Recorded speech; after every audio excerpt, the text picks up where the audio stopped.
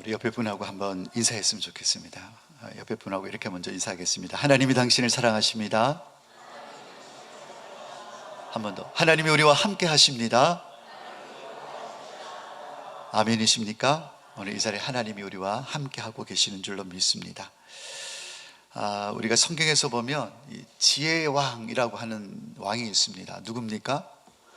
우리가 잘 알고 있는 솔로몬이 참 지혜의 왕이라고 이렇게 칭찬받는 왕이었습니다. 그가 얼마나 지혜가 탁월했었는가 하냐면은 유명한 일화가 있죠. 어떤 일화가 있습니까? 두 여인이 아기를 하나 데리고 옵니다. 데리고 와서 서로 싸워요. 내 애기다. 아니다, 내 애기다. 그래서 막 싸우는 거예요. 그랬을 때 솔로몬이 서로 자기 애기라고 얘기를 하니까 주장이 팽팽하니까 엄마의 이 모성애를 이용해서 이 아이의 진짜 엄마가 누구인가를 밝혀냅니다. 그래서 신하에게 뭐라고 명령합니까? 이 아이를 반으로 뚝 잘라가지고, 제가 어렸을 때에 초등학교 다녔을 때인데 성탄절날 이 솔로몬의 재판을 가지고 연극을 했던 게 아직도 기억이 납니다. 제가 그때 솔로몬 역할을 했는데 그때 연극을 하면서 이제 오페라 형식으로 노래를 부르면서 이렇게 연극을 했기 때문에 그 노래가 아직도 기억이 나요. 두 어미가 똑같이 내 애기라 하니 누가 정말 애기 엄마인가, 좋은 수가 있다 이렇게 하자 애기를 반으로 뚝 잘라서 두 어머니에게 나눠주어라, 이런 노래가 제가 아직도 기억이 나는데, 그러니까 그렇게 얘기하니까 두 여인의 반응이 다른 거죠. 한 여인은 그래 네 것도 안 되고 내 것도 안 되게 나눠주세요 라고 하는 여자가 있는가 하면, 한 여자는 어떻게 얘기를 합니까? 반으로 나누면 어떻게 됩니까? 죽지 않습니까? 이 내 애기가 죽는 것보다야 내가 못 키워도 저 여자가 데리고 와서 키우는 게 낫지 않겠느냐. 그래서 진짜 애기 엄마는 그러지 말고 저 여인에게 주라 라고 이렇게 고백을 하죠. 그랬을 때 솔로몬이 찾아냈다는 거죠. 진짜 엄마는 죽이게 내버려 두는 엄마가 아니라 바로 저 여자가 이 아이의 엄마다라면서 진짜 엄마를 밝혀내는 것을 보게 되는 것입니다. 여러분, 이 지혜 누가 주셨습니까? 하나님이 주신 것이죠. 여러분, 솔로몬은 이스라엘의 세 번째 왕이었습니다. 사울이 왕이었고 패하시고 다윗을 하나님께서 왕으로 세우셨고, 다윗의 아들인 이제 우리 밧세바죠. 우리의 아내 밧세바의 아들이 바로 이 솔로몬이거든요. 솔로몬을 이스라엘의 세 번째 왕으로 세우게 되는 것입니다. 그런데 솔로몬이 어린 나이에 젊었을 때 왕이 되었습니다. 그래서 그가 왕이 되면서 하나님 앞에 기도를 올려드리게 됩니다. 열왕기상 3장 7절 말씀에 보면 솔로몬의 기도가 나옵니다. 그게 보면 솔로몬이 어떻게 기도를 하고 있냐면, 하나님, 제가 아버지 다윗을 대신해서 이스라엘의 왕이 되었습니다. 그런데 하나님, 저는 작은 아이입니다. 솔로몬이 하나님 앞에 자기를 고백하면서, 하나님, 저는 작은 아이입니다. 그래서 하나님이 주신 이 수많은 백성들의 송사를 바로 재판할 수 있는 듣는 마음을 주시옵소서라고 하나님께 기도를 합니다. 왕이 하는 그때 중요한 일이 뭐냐면 바로 내 얘기다 내 얘기다 이렇게 재판을 하는 이 중요한 역할을 왕이 했거든요. 그래서 이 백성들의 송사를 잘 재판할 수 있도록 듣는 마음을 주시옵소서라고 하나님께 기도를 했습니다. 그런데 그 기도가 하나님 마음에 꼭 들었던 거예요. 다른 세상의 왕들처럼 하나님 부귀를 주시옵소서, 하나님 장수의 복을 주시옵소서, 하나님 우리의 원수들을 갚아 주시옵소서, 이런 기도를 하지 않고 백성들을 잘 재판할 수 있는 듣는 마음을 달라고, 지혜를 달라고, 우린 지혜라고 표현합니다. 지혜를 달라고 하나님 앞에 기도하니까 그 기도가 하나님 마음에 너무 들었던 것입니다. 그래서 하나님께서 뭐라고 하십니까? 네가 장수나 부나 원수 갚음을 구하지 않고 백성들의 송사를 잘 분별할 수 있는 지혜를 구했으니 네가 구하지 않았던 부귀와 영광까지도 내가 주겠다. 그러면서 하나님께서 솔로몬을 축복하시는 것을 볼 수가 있습니다. 그리고 뿐만 아닙니다. 솔로몬은 성경의 저자였습니다. 잠언도 썼고요, 아가서도 썼고요, 전도서도 썼습니다. 그러니까 성경 저자로서도 탁월한 사람이 우리 솔로몬이라는 것을 알 수가 있다는 것이죠. 그런데 우리가 잘 알고 있는 바와 같이 솔로몬의 뒷날의 모습은 결코 아름다운 모습은 아니었습니다. 우리 오늘 살펴보겠습니다마는 솔로몬은 나중에 어떤 일을 벌입니까? 우상 숭배하는 배도의 행위를 나타내 보인다라는 것이죠. 그 마음이 하나님께로부터 돌아서게 되는 것입니다. 그래서 우상 숭배하고 그 마음이 하나님을 떠나게 되니 결국 하나님의 진노를 받아서 어떤 벌이 임합니까? 이 이스라엘이 솔로몬에게 주었던 그 나라를 빼앗아서 그의 신하에게 주겠다라고 말씀하셨고, 결국은 이스라엘이 지금까지는 한 나라였지만 솔로몬의 때 와서까지 이 통일 왕국이었고, 그 아들 르호보암에 와서 나라가 반으로 나눠지게 됩니다. 열 지파는 북이스라엘 여로보암의 나라가 되어지고, 유다와 베냐민만 밑에 이제 남유다로만 이렇게 존재하게 되어지는, 나라가 분열 왕국이 되는 처참한 현실이 처하게 되는 것이죠. 어떻게 지혜의 왕이라고 얘기했던 이 솔로몬, 하나님 앞에 칭찬받았던 이 솔로몬, 그리고 성경에 3권이나 되는 이 성경을 쓴 이 솔로몬이라는 왕이 어떻게 해서 이렇게 하나님을 떠나고 우상 숭배하는, 배도하는 왕이 되어버렸는가? 오늘 이 모습을 우리가 좀 살펴보기를 원합니다. 그리고 이 솔로몬의 모습을 바라보면서 우리가 반면교사로 삼아야 되는 거예요. 나름대로 솔로몬은 하나님을 잘 섬기려고 애를 썼고 성경 저자이기도 했던 그도 나중에 가서는 이렇게 배도하는 안타까운 모습을 바라보면서, 여러분 우리도 그렇지 않습니까? 하나님을 잘 섬기고자 하는 마음이 다 여러분 가운데 있을 것입니다. 한결같이 그렇게 살지는 못해도 중간중간 내가 정신을 차려야지, 제대로 예수를 믿어야지, 예수 잘 믿어야지, 이런 마음을 가지고 또 새로운 마음으로 또 한 해를 시작하기도 하고, 이런 열심들이 있지 않습니까? 그런데 자칫 잘못하면 우리도 솔로몬과 같이 이렇게 마음이 하나님께로부터 돌아서는, 배도하는 자리에 우리도 얼마든지 이르를 수 있다라는 긴박감, 아닌 경각심을 가지고 우리가 이 땅을 살아가야 될 줄로 믿습니다.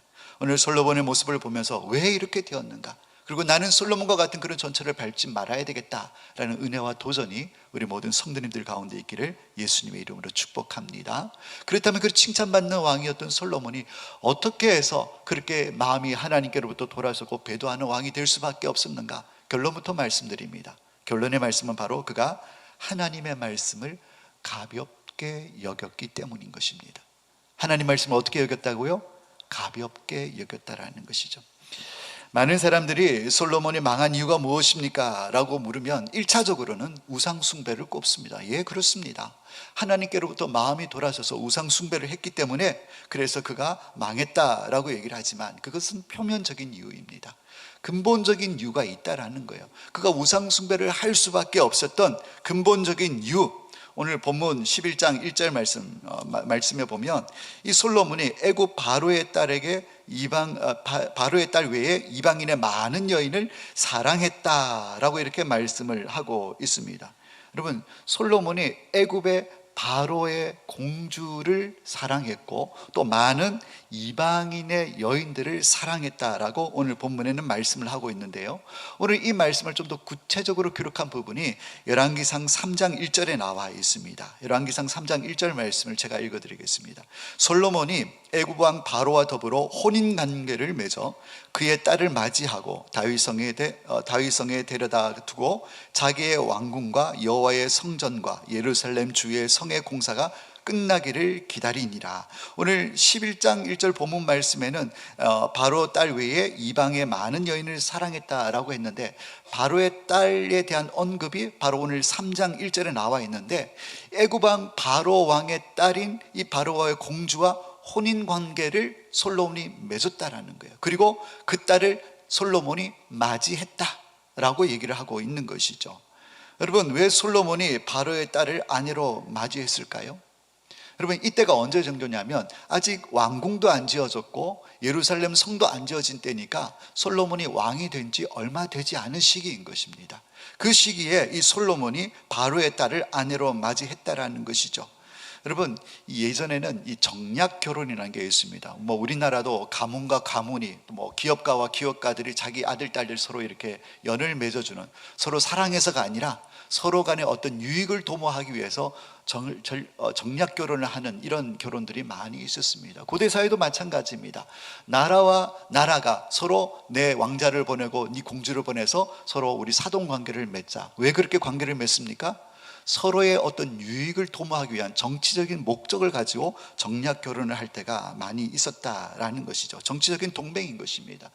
여러분, 당시 애국은 고대 근동사에서 대제국이었습니다. 특별히 나일강이라는 이 나일 문명을 중심으로 해서 되게 발전한 민족이 애국 민족이었다라는 것이죠. 그러니까 대제국이었고 큰 나라였기 때문에 솔로몬이 이제 왕이 되고 이제 한 나라를 다스리는 왕이 되었으니까, 야, 옆에 있는 애굽, 저 대제국인 애굽 힘이 있으니까 좀 잘 지내봐야 되겠다. 그래서 바로의 공주와 결혼해서 좀 정략적인 관계를 유지해서 좀 덕을 봐야 되겠다, 애굽에 좀 힘을 의지해야 되겠다, 이런 마음으로 정략 결혼을 했을까요? 그렇게 생각될 수도 있습니다. 그런데 말씀해 보면 그렇지 않아요.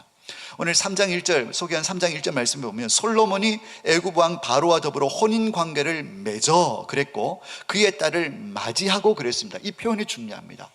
주체가 누구예요? 솔로몬입니다. 혼인 관계를 맺고 그 딸을 맞이하고 그랬는데, 맞이한다라는 이 얘기를 다른 말로 해석하면 취했다라는 뜻으로 해석할 수가 있는 것입니다. 여러분, 이렇게 본다면 누가 더 힘 있는 사람 같습니까? 바로가 아니라 솔로몬이에요. 솔로몬이 애굽 왕의 공주를 취한 거예요. 여러분, 당시 애굽은 대단한 나라였습니다. 자존감이 대단한 나라였어요. 그래서 다른 나라 공주를 데리고 왔으면 데려왔지 자기 공주를 보내지는 않았습니다. 왜요? 항상 힘이 있는 나라였기 때문에, 제국이었기 때문에 그랬다는 것이죠. 그런데 여러분, 이스라엘은 어떤 민족이었습니까? 한때 애굽의 종노릇하던 민족이었습니다. 그 나라가 이제 탈출을 해가지고 가나안 땅에 들어가서 지금 나라를 이루고 있는데, 어쨌든 애굽 입장에서 보면 이스라엘은 자기들을 섬기던 종되었던 속국이었던 사람들, 종으로 살았던 그런 민족이 이 이스라엘 백성이었다라는 거죠. 그래서 애굽 입장에서 보면 이스라엘을 하찮게 보고 자기보다 아래로 대하는, 하대하는 이런 문화가, 이런 모습이 애굽 사람들에게 있었다라는 것이죠. 그런데 문제는 무엇입니까? 문제가 아니라 그 다음에 어떤 일이 일어납니까? 가나안에 정착해서 사사기 시대를 지나고 이제 왕정 시대가 와서 사울 왕이 지나고 하나님께서 그 마음에 합했던 다윗 왕을 세우면서 이스라엘은 급속한 발전과 부흥을 도모하게 됩니다. 다윗이 왕이 된 다음부터 하나님께서 다윗이 가는 곳마다 이기게 하시는 거예요. 주변에 있는 모든 대적들을 다 물리치게 하고, 또 주변에 있는 많은 민족들로 하여금 이스라엘 그러면 두려움에 사로잡힐 정도로 이스라엘의 위상이 엄청나게 높아졌습니다. 군사력도 너무너무 강해졌습니다. 왜? 가는 곳마다 하나님께서 이기게 하시니까. 그래서 수많은 나라들이 이스라엘에 조공을 바치는, 그때 이스라엘은 고대 근동사회에 엄청난 역량을 가진 나라로, 엄청난 힘을 가진 나라로 부상하게 되었다라는 것이죠. 그러니까 그 다윗이 일어나는 엄청난 국력을 누가? 이 아들인 솔로몬이 그대로 이어받았다는 것입니다. 그러니까 지금 솔로몬이 다스리는 이스라엘은 엄청난 힘이 있는 나라예요. 그때는 어느 정도였냐면, 여러분, 은과 금이 길가에 굴러다니는 돌과 같이 여겼다 그랬어요. 야, 길가에 돌이 다 금이고 은이고 그러면 우리 막 주워 담기 바쁠 거 아니겠습니까? 근데 그때는 그만큼 흔하게 여겼다라는 거예요. 군사력도 대단한 것입니다. 그렇게 강력한 나라가 되니까 이제는 뭐예요? 국제적인 위치가 애굽보다는 이스라엘이 더 높은 위상에 올라갔다라는 것입니다. 그래서 이제 솔로몬이 애굽을 의지하는 것이 아니라 애굽의 바로 왕이 자기 공주를 보낼 정도로, 그 정도로 이 이스라엘의 위상이 높아졌다라는 것이죠. 그래서 이 정략 결혼을 애굽에서 요청하게 될 때에 솔로몬이 그것을 수락하고 받아들여서 바로의 공주를 아내로 삼았다라는 것입니다. 아마 솔로몬 생각에는 이거 별것 아니라고 생각할지 모르겠습니다. 한 나라의 공주를 데리고 오는 거, 나름대로 솔로몬 생각에는 또 계산이 있었겠죠. 어떤 계산이 있었습니까?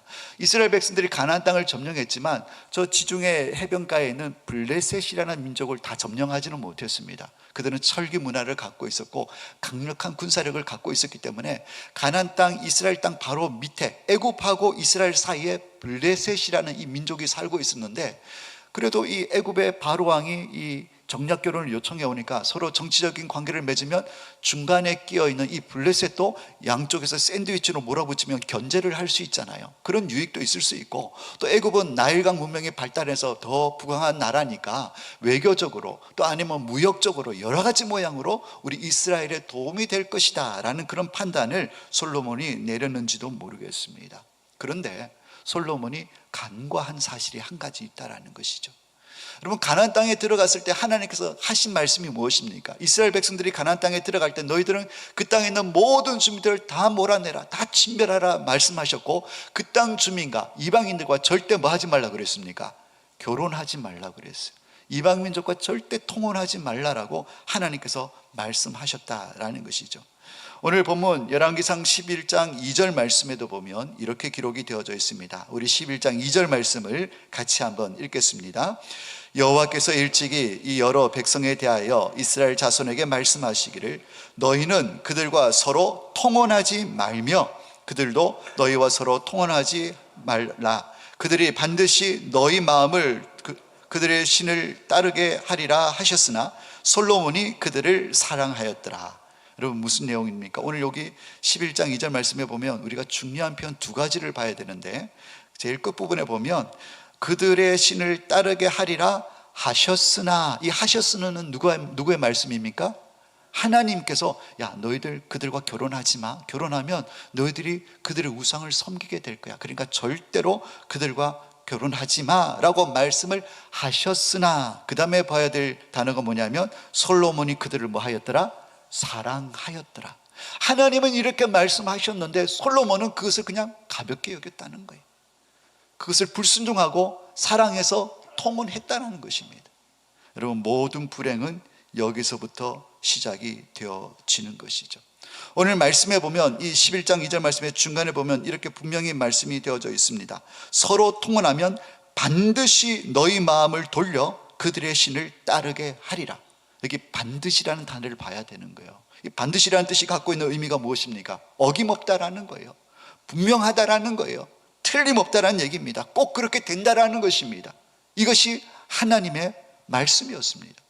그리고 하나님의 명령이었다는 거예요. 반드시 이방인과 결혼하게 되면 너희들의 마음이 돌아서서 나를 버리고 이방의 우상을 섬기게 될 것이다. 그것은 반드시 되어질 일이다 말씀하셨으나, 하나님은 그렇게 말씀하셨다고요. 그런데 하나님은 그렇게 말씀하셨지만 솔로몬은 이방 여인들을 사랑해서 결국은 통혼을 했다라는 것입니다.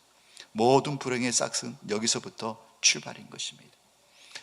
우리 주변에 이런 경우를 많이 보게 됩니다. 믿음의 가정에서 잘 자란 자녀들이 이제 장성해서 결혼을 하게 됩니다.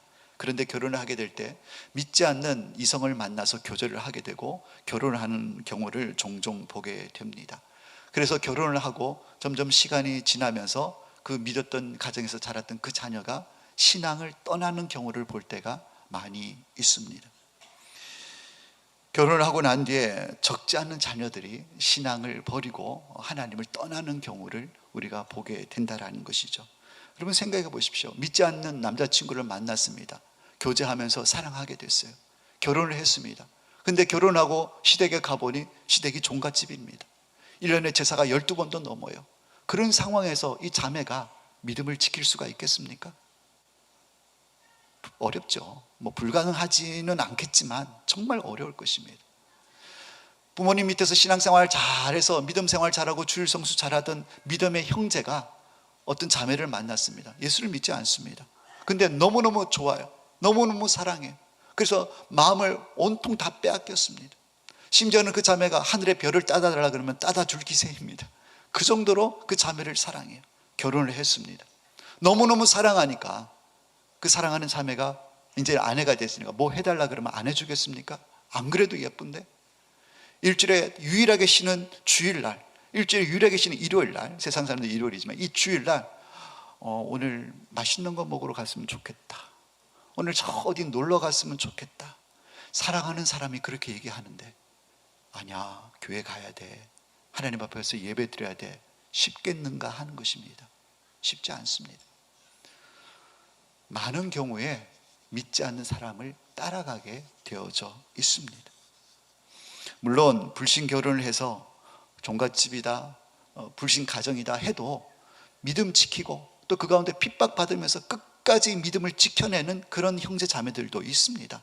또 좀 더 나아가서 배우자를 전도해서 구원하는 이런 일도 일어나는 것을 볼 때가 있습니다. 그러나 쉽지 않습니다. 간혹 있는 일입니다. 하나님의 특별한 은혜가 있지 않으면 절대 일어날 수 없는 일이라는 것이죠.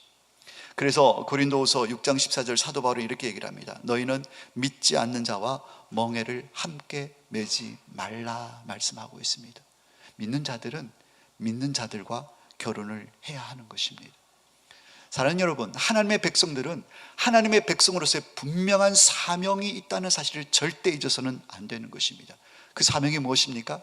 거룩한 믿음의 사람들은 거룩한 믿음의 사람들을 만나서 아름다운 믿음의 가정을 이루고 거룩한 믿음의 세대를 생산해내서 계속 번성해 나아가는 것, 이것이 믿음의 자녀들에게 주신 사명이라는 사실을 반드시 기억을 해야 하는 것입니다. 여러분, 창세기에 보면 세상에 죄악이 가득하게 되어집니다. 여러분, 세상에 죄가 가득하게 된 이유가 무엇입니까? 노아 때를 보십시오. 세상에 죄가 관영했다라고 말씀을 하고 있습니다. 세상에 죄악이 관영한 이유가 무엇입니까? 그래서 하나님께서 더 이상 도저히 참을 수가 없어서 그 땅을 홍수로 쓸어버립니다. 심판을 해버립니다. 하나님께서 홍수로 그 땅을 심판하신 이유가 어디 있습니까? 창세기 6장 1절 2절 말씀에 사람이 땅 위에 번성하기 시작할 때에 그들에게서 딸들이 나니 하나님의 아들들이 사람의 딸들의 아름다움을 보고 자기들이 좋아하는 모든 여자를 아내로 삼는지라. 여러분, 여기서 우리는 무엇을 발견할 수 있습니까? 여기 보니까 땅 위에 사람이 번성하게 되니까 그들에게 딸들이 낳았다고 그래요. 사람들의 딸들이 낳았다고 얘기를 하고 있습니다. 근데 2절 말씀 보니까 하나님의 아들들이 사람의 딸들의 아름다움을 보고 자기들이 좋아하는 모든 여자를 아내로 삼는지라. 여러분, 여기서 하나님의 아들들이라고 표현되어져 있는 이 표현은 거룩한 이 셋의 계열들, 셋의 후손들, 그러니까 하나님 믿는 믿음의 사람들, 하나님의 자녀들이라고 생각하면 됩니다. 그런데 뒤에 나오는 사람의 딸들은 누구냐면 바로 하나님을 반역하고 거역하는 죄의 문화를 창출해내는 가인의 후손들인 것입니다. 그러니까 가인의 후손들에게 딸들이 나왔습니다. 하나님의 언약 백성들에게 아들들이 무엇을 보았습니까? 가인의 후손들의 믿음이 없는, 믿음의 언약 세대가 아닌 사람들의 딸들의 아름다움을 보고 결혼을 했다라고 말씀을 하고 있다라는 것이죠. 예수를 믿는지 안 믿는지 중요하지 않습니다. 신앙이 있는지 없는지 중요하지 않습니다. 중요한 기준은 무엇입니까? 내 눈에 좋아야 되는 거예요. 예쁘면 됩니다. 잘생겼으면 됩니다. 좋은 직장 다니면 됩니다. 자기 기준에 마음에 들면 믿느냐 안 믿느냐, 신앙을 가졌느냐 안 가졌느냐 중요한 거 아닙니다. 마음에 들면 결혼하는 것입니다. 그러니까 믿음의 사람이 믿음의 사람을 만나서 믿음의 후손들을 생산해내야 되는데, 믿음의 사람이 세상 사람을 만나서 믿음의 후손을 양성해내지 못하면 결국은 이 땅이 죄의 문화로 가득해질 수밖에 없다라는 거죠. 믿음의 가정을 이루어서 거룩한 하나님 나라의 문화를 창출해내서 이 땅을 하나님 나라로 올려드려야 될 사명이 우리 믿는 자들에게 있는데 그 사명을 감당하지 못했다라는 거예요. 그러니까 결국은 죄가 많아서 하나님께서 홍수로 그 땅을 심판하신 것이 아니라 근본적인 이유는 뭐냐 하면 하나님의 사람들이 하나님의 사람으로서의 사명을 제대로 감당하지 못했기 때문에, 그게 근본적인 이유예요. 그러니까 죄가 가득하게 된 것이고 그래서 심판하게 된 것이죠. 문제는 뭐냐면 하나님의 사람들이 사명을 제대로 감당하지 못했기 때문에 그렇다라는 것이죠. 우리 청년들이, 우리 중고등부도 위에 있고 우리 청년들이 있고 예배를 드리는데, 저는 우리 반격교회 모든 청년들에게 주님의 이름으로 간절히 당부를 드립니다. 여러분, 지금 교제하고 있는 사람들이 있습니까? 교제하고 있는데 그 사람이 믿는 사람인지 안 믿는 사람인지 여러분 생각을 하고 교제를 하고 있는지 모르겠습니다. 간절히 원하기는 우리 모든 청년들 믿음의 가정, 믿는 사람을 만나서 믿음의 가정을 이루기를 예수님의 이름으로 축복합니다. 만약에 안 믿는 형제나 자매를 만나고 있다고 한다면, 지금 교제까지는 아니라도 지금 썸을 타고 있다고 한다면, 본격적인 교제를 하기 전에 썸을 타고 있다고 한다면, 정말 우리 반격교회에 속한 청년들이 예수님은 나의 구원자와 주인입니다라는 사실을 믿음으로 믿는 사람이라고 한다면, 정말 내가 하나님의 사람이라고 한다면 여러분, 둘 중 하나를 선택해야 됩니다. 뭘 선택해야 되느냐? 내가 믿지 않는 사람과 교제를 하고 있다? 썸을 타고 있다? 그런데 나는 정말 하나님을 믿는 사람이고 예수님을 나의 구원자와 주인으로 믿는 사람이다. 첫 번째 해야 될 것, 정리하십시오. 반드시 관계가 더 깊어지기 전에, 건널 수 없는 강을 건너기 전에 관계를 정리하십시오. 정리해야 됩니다. 두 번째, 정리할 수 없습니다. 이제는 물을 수 없습니다. 어떻게 됩니까? 목숨 걸고 전도해야 됩니다. 목숨 걸고 구원해야 됩니다. 둘 중에 하나입니다. 정리를 하든지 그 사람을 구원하든지, 그래서 믿음의 가정을 이루든지 반드시 해야 된다라는 것입니다. 그런데 여러분, 믿음을 가정을 이루겠습니다. 쉽지 않습니다. 여러분, 가정은 선교지가 아닙니다. 가정은 선교 본부가 되어야 됩니다. 무슨 뜻인지 아시겠습니까? 가정에서 전도하고 이런 게 아니라 가정은 전도를 위해서 세워진 본부가 되어서 세상으로 나아가는 기틀을 제공하는 기반이 되어야 되지, 가정에서 영적 전쟁을 하고 전투하고 그런 것이 시작부터, 그러니까 잘못되면 그렇게 된다라는 거예요. 내가 신앙을 버리든지 구원하든지인 것입니다. 우리 청년들, 주님의 이름으로 다시 한번 더 당부합니다. 꼭 믿는 사람과 만나서 교제하시고 믿음의 가정을 이루시길, 그래서 믿음의 후손들을 배출하시기를 예수님의 이름으로 축복합니다.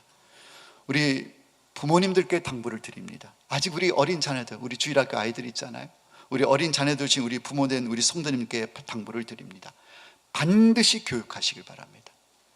뭐 좀 안 좋은 어감으로 들릴지 모르겠지만 세뇌를 시키세요.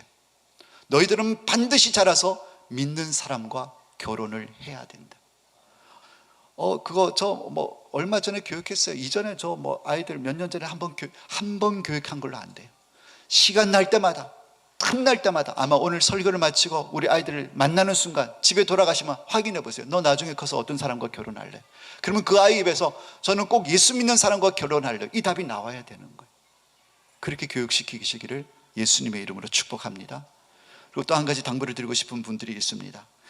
벌써 자녀들을 출가시켰고 또 출가시키려고 준비하고 계시는 가정들, 그런데 이게 믿음의 가정을 이루지 못했거나 또 믿음의 가정이 이루어지지 않을 것 같은 자녀들을 둔 우리 부모님께 당부를 드립니다. 방법 없습니다. 우리 힘으로 어쩔 수 없어요. 왜냐하면 결혼하면 부모를 떠나기 때문에 그렇습니다. 그래서 전에도 제가 몇 번 말씀을 드렸습니다만은 울으셔야 됩니다. 자녀를 위해서 울어야 합니다. 그 영혼이 돌아오기를, 하나님 앞에 나오기를, 그 가정이 구원받기를 눈물로써 하나님 앞에 기도해야 됩니다. 하나님 도와달라고, 우리 자녀들을 불쌍히 여겨달라고. 여러분, 혹시 여러분 마음 가운데 이거 뭐 지 인생 지가 사는 거지, 뭐 천국 가든지 지옥 가든지 뭐 지 알아서 할 거지, 혹시 이런 마음 갖고 계십니까? 그럼 내버려 두세요. 그런 마음 아니시라고 한다면 필사적으로 하나님께 기도해야 됩니다. 하나님이 도와주셔야 된다고, 은혜 베풀어 주셔야 된다고. 그래서 믿음의 가정을 세우도록 도와주시라고 부르짖고 하나님께 기도해야 될 줄로 믿습니다. 여러분, 하나님의 말씀을 가볍게 듣지 마시기를 바랍니다. 하나님께서는 반드시 솔로몬에게 만약에 너희가 이방인과 통혼하게 되면 반드시 너희들의 마음을 돌이켜서 우상을 따르게 될 것이다, 반드시 따를 것이다. 근데 솔로몬은 그것을 가볍게 여겼어요. 뭐 한 여자 데리고 오는 것쯤이야, 내가 왕인데 내 마음이 얼마든지 뭐 결단할 수 있고 우상 숭배 안 하도록 내가 얼마든지 막을 수도 있고 내가 힘 있는 한나라의 왕인데 그런 거 걱정하지 말라고. 오히려 그렇게 함으로써 애굽한테 우리가 유익도 얻고 나라가 더 부강하고 강성하게 되니까 아마 이런 생각을 가져서 가볍게 여겼는지 모르겠습니다. 그러나 그 결론을 우리가 잘 알고 있지 않습니까? 많은 여인들을 통혼함으로 말미암아 결국은 이 솔로몬도 우상 숭배하며 마음을 돌이켜서 배도하는 자리에 이르게 될 수밖에 없었다는 것. 솔로몬이 간과한 게 또 한 가지가 있습니다. 그것은 뭐냐면 죄의 확장성에 대한 위험을 간과했습니다. 그는 그냥 애굽에 있는 한 여자 데리고 오는 것으로만 생각했는지 모르겠지만 여러분, 뭐든지 한 번이 어렵지 그 다음은 쉬운 법입니다. 동의하십니까? 내가 끝까지 미루고 밀었는데 한 번 무너지면 그 다음에 본물 트듯이 와르르 무너지게 되는 것이 죄의 또 다른 속성인 것입니다. 그런데 솔로몬은 이것을 간과했어요. 뭐 이방 여인 하나 데리고 오는 것점이야. 여러분, 그 다음에 어떤 일이 일어납니까? 오늘 본문 11장 1절 말씀입니까? 애굽 왕 바로의 딸과 결혼하는 것으로 그치지 아니하고 이방의 많은 여인을 사랑했다 말씀하고 있습니다.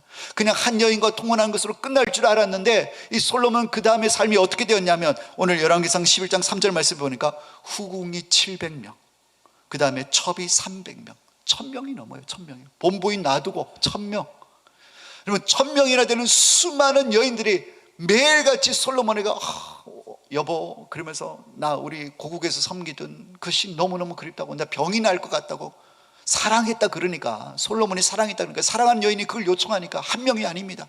1000명이 달라들어서 솔로몬 마음을 괴롭게 하니 솔로몬이 하나님을 떠나지 않을 수가 없는 것입니다. 거짓말을 하면, 한 번 거짓말을 하게 되면 그 거짓말을 듣기 위해서 또 다른 거짓말을 해야 되는 것이 이 죄의 속성인 것입니다. 여러분, 절대 무너지지 마시길 바랍니다.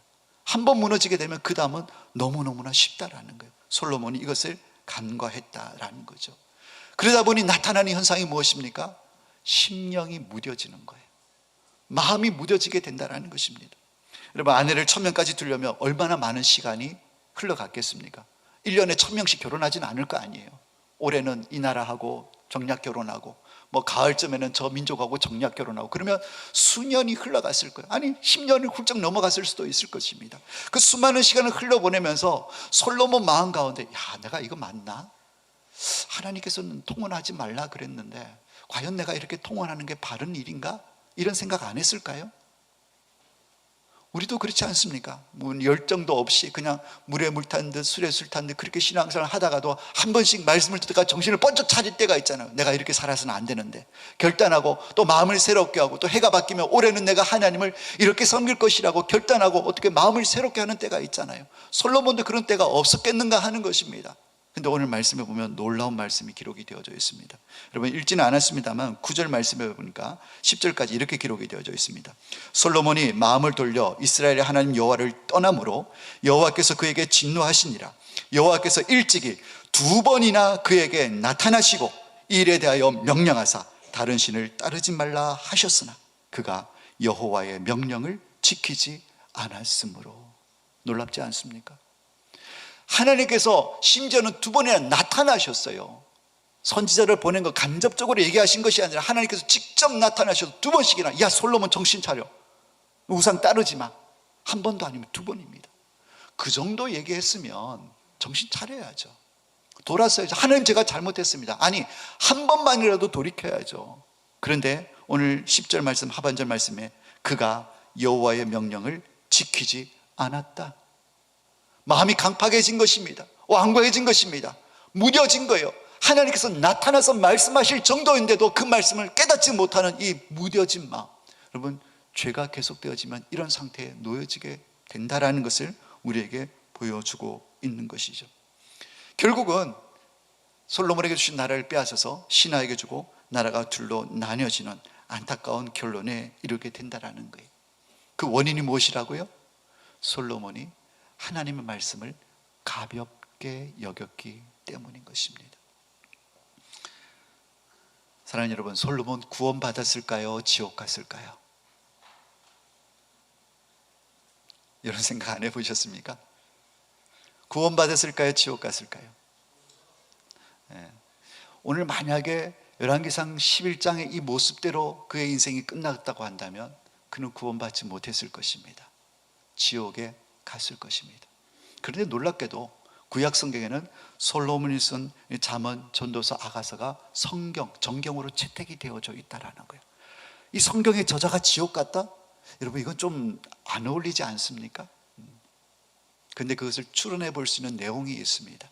그 내용이 뭐냐면, 여러분, 전도서는 솔로몬의 진짜 노후의 마지막에 기록한 책이 전도서인 것입니다.